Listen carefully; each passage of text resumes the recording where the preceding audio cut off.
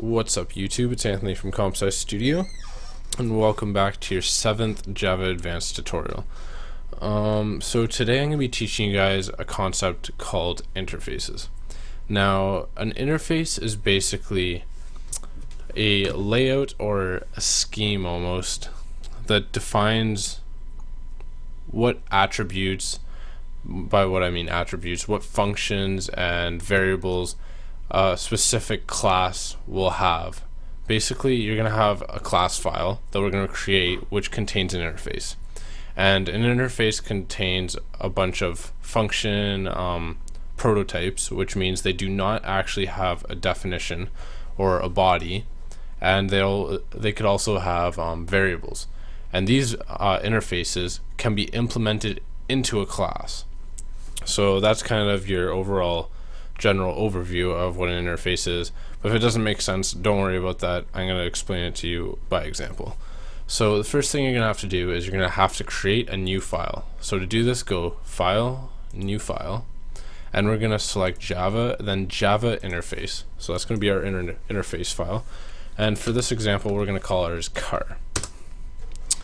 Now, as you can see, NetBeans created us a little template here, and something different you're going to see is it's going to say public interface. Usually we see public class and then the class name.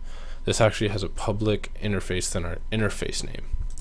Now, within interfaces, as I said before, we're allowed to make function prototypes or method prototypes and variable declarations. Now, let's first create a variable. This variable can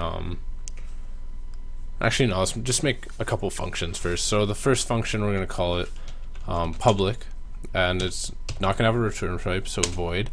And let's say top speed.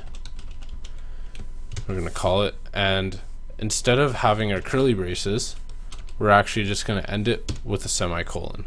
As you can see, no errors. This is the difference between an interface. An interface is just basically a stencil for a function. It just creates stencils for functions. Man, I have like a Lisp or something. So yeah, we made a stencil for a top speed function that can be implemented into our YouTube tutorials class. I'm saying implementing, but it'll be clear once we actually implement it. So another function we could create is, let's say, color. Public void color. So the color of the car. There we go. So we have two functions, and we could add more in later tutorials, but for this tutorial I'm going to keep it basic, two functions, and now we're going to actually make this interface implemented into this class. So in order to get the functionality, all the functions from this class into this class, or sorry, to get all the functions from this interface into our YouTube tutorials class, we have to have a little keyword beside our class name. We're gonna have to type implements, and then we're gonna implement the name of our interface, which is car. Implements car. Now you're gonna have a red underline, and you could hit this little bulb over here, and it says YouTube tutorials is not abstract and does not override abstract method color. So to do this, all we have to do is click on it and implement all abstract methods, and all of a sudden all these methods that we just created over in our car class have now been basically copied and pasted into our code. Now it says @override just because we are overriding a function that we already created, so that's just a little technicality. You don't need this here, but you will get a warning if you delete it. So I think this tutorial is getting a little too big. I'm just going to delete these. I'm going to cut the tutorial off here. We haven't actually done much, but I don't want to make this tutorial too big because my video converter takes way too long to compress the files and everything.